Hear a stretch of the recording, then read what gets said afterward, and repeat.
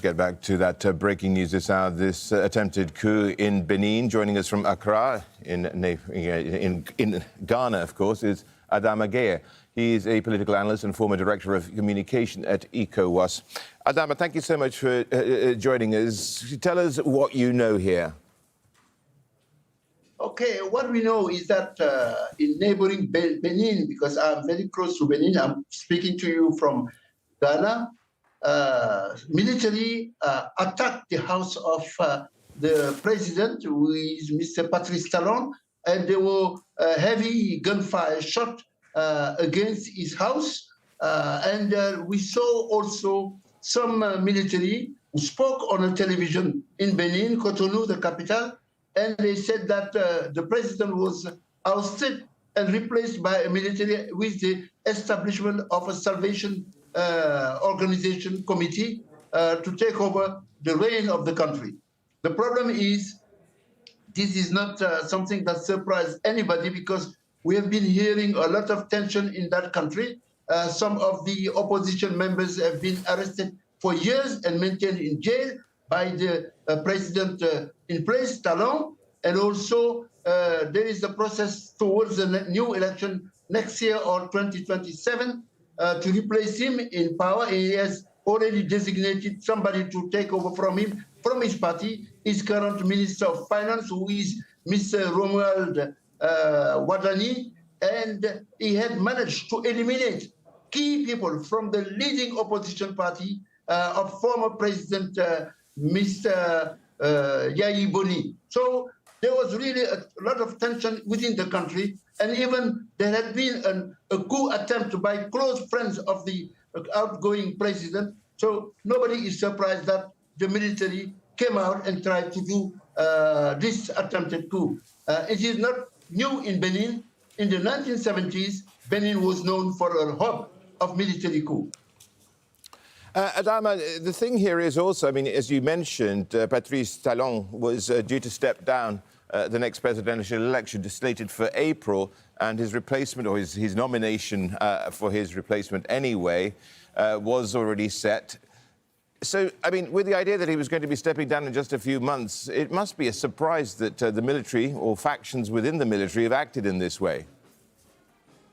Yes, because, of course, everybody had the feeling that it was going to be a smooth transition, because really, in economic terms, in terms of infrastructure, Benin Republic was doing marvelous. It was achieving great strides towards its economic development. Myself, I was supposed to go after tomorrow to meet key business people interested in distribution of petroleum products in West Africa coming from Europe.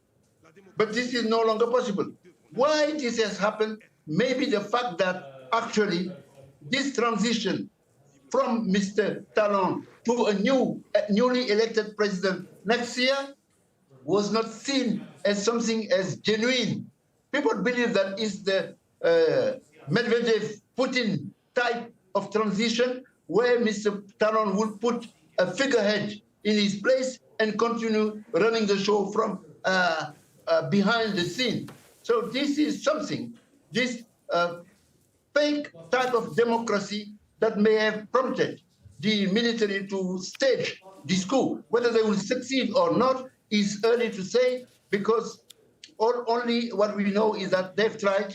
Will they succeed? It is not new in West Africa, because recently we have heard there is a coup in Guinea-Bissau, with the advent of the military taking over from Embalo, Sissoko Embalo, the embattled president of that country, to the point that the ECOWAS, the regional body, economic community of West African states, was due to convening a meeting, a summit of heads of state on 14th of December to discuss the coup in Guinea-Bissau. Most likely they will have to discuss also the problems afflicting the West African region in terms of military intervention, eruption in the region, from Benin, from Guinea-Bissau to Niger, Mali, Burkina Faso. The time of military coup is back in West Africa, and I think that there is a need to seriously address the root cause, not the symptoms of these coups in order to see whether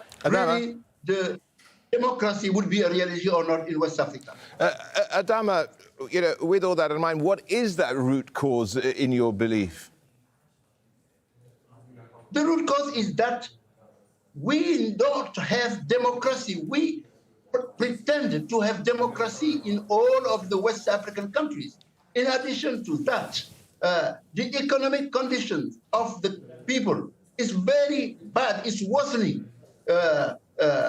improving a lot of few people, inequalities, and the fact that people are mismanaging democracy to sustain themselves in power. If they don't become very serious and honest about promoting real democracy, rule of law, good governance, freedom of expression, freedom of opinion, all those things that are part of the democratic process, they are exposing themselves, those leaders from Nigeria, even where there has been a coup attempt, to Cote d'Ivoire, to Senegal, across the West African region, military coup will continue to be a reality in Africa.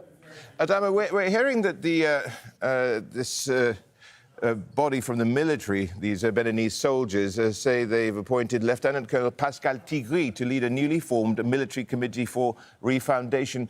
Do you know anything about this Lieutenant Colonel? No, look, this is something that came out of the blues. Nobody expected that it will happen today. But we knew that there was something underway in Benin. People were not happy. And we know the history of that country.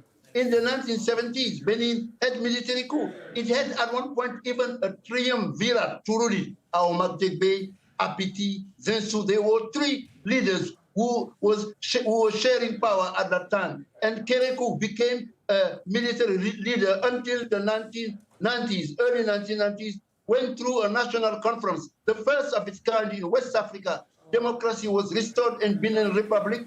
We expected Benin to continue on that full way forward. But unfortunately, Mr. Talon, when he became president, he's a businessman, true businessman, very successful businessman. He was really playing a lot of tricks and exposing himself. So the arrival of these people, even if the guy is not known, is not surprising, because that's what has happened in the past, not just in Benin Republic, but across West Africa in the type of military coup that have been done in those countries. Adama, thank you so much. Adama Gaye, political analyst and former director of communications at ECOWAS. Always.